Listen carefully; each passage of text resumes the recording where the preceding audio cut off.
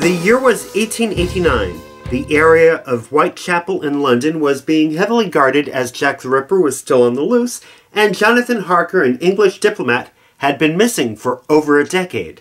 In 1877, Harker had traveled to meet with a Count Dracula of Transylvania to help with Romania's breaking away from the Ottoman Empire, but he never made it to the Count's home. Many believed he was dead, of course, but Harker's wife, Mina, had refused to accept that, and she was living with her sister Lucy and her husband, Dr. Arthur Seward. Dr. Seward had been taught by none other than the infamous Dr. Abraham Van Helsing. Van Helsing at one time was a well-respected doctor and professor, but in his later years, people began to question his sanity. He was convinced that the Whitechapel murders were being committed by a vampire, and he was constantly trying to tip off Scotland Yard as to where he believed the vampire was hiding. The identity of the vampire kept changing, and Scotland Yard regarded him as a freak. And Dr. Seward, who had been friends with him for decades, was now trying to distance himself from his old mentor. In May of that year, Jonathan Harker was found just outside the woods in Transylvania with some type of brain fever. He had with him his journal,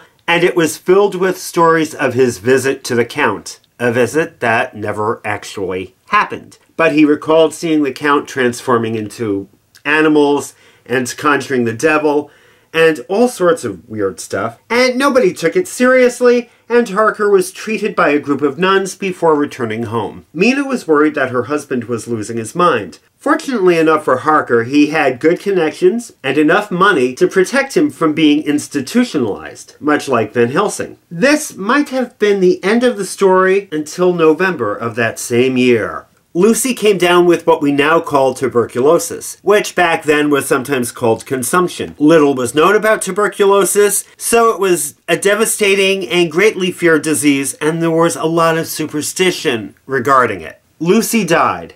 Then in December of 1890, Lucy and Arthur's eldest son, Quincy, also died from it. And in March of 1891, Lucy and Arthur's daughter, Mercy, and their son, Edwin, also contracted the disease.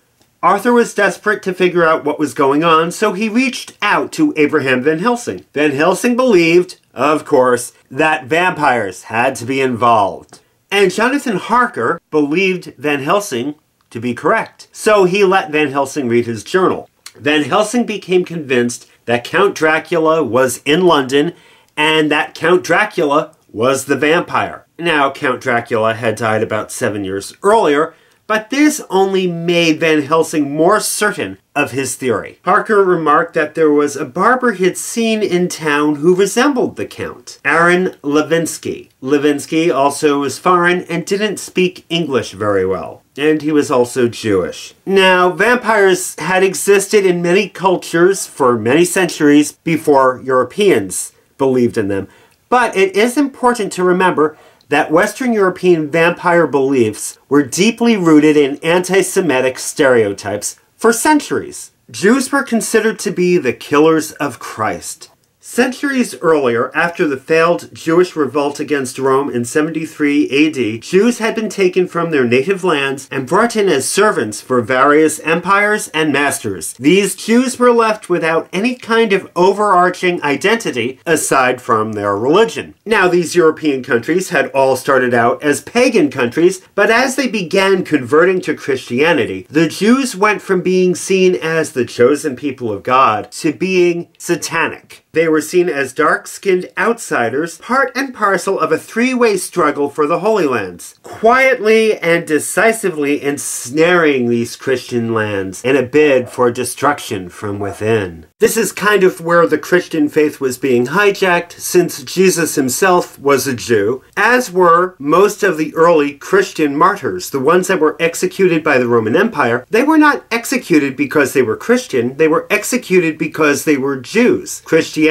was a sect of Judaism at that point. But then, starting in the Middle Ages in Europe, people believed Jews were responsible for poisoning wells, as well as kidnapping children, eating their flesh, and drinking their blood. Yeah, so basically, Jews in medieval Europe were viewed, well, the way QAnon views Hollywood today. Jewish people were often targeted in Europe. They were the victims of violence and often accused of crimes they did not commit. Local rulers and church officials also closed off many professions to Jewish people. So they were pretty much limited to tax and rent collection as well as money lending. Now, money lending is an area where the Jewish people excelled in Europe because Christians were forbidden to collect interest, but Jews were not. There was nothing in their faith saying interest was bad, and they needed to collect that interest because it protected them. Money was protection.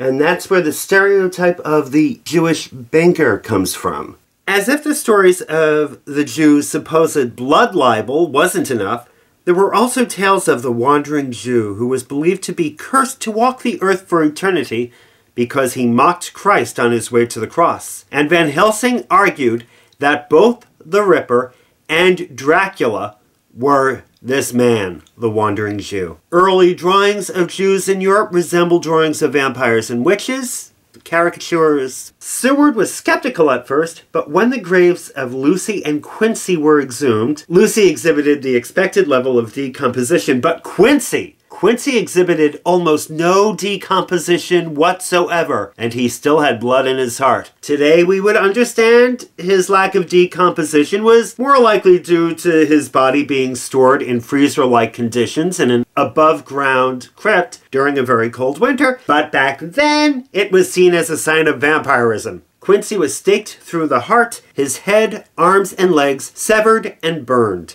And now, Seward, Harker, and Van Helsing shifted their attention to the one they were convinced was the head vampire. They broke into the home of Aaron Levinsky late one night, and there they found him asleep in a regular bed. Not a coffin, a regular bed, and not sleeping during the day, but sleeping at night. However, Van Helsing insisted this was an act to fool them into thinking Levinsky was a human being. And so the men descended upon him and stabbed him repeatedly with knives. They cut out his heart, they cut out his liver, and they burned them before severing his head. And so, did this solve the big vampire problem? No, of course not. A few months later, Mercy and Edwin died, just as their mother and their older brother had done. And one more nail in the coffin that was Van Helsing's case against Aaron Levinsky.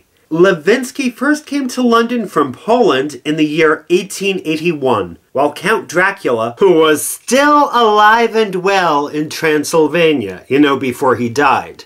And so, Jonathan Harker, Arthur Seward, and Abraham Van Helsing spent the rest of their lives in prison. And do you think for 1 minute they'd ever acknowledge that they were just paranoid tinfoil hat wearing xenophobic morons? Of course not. The end.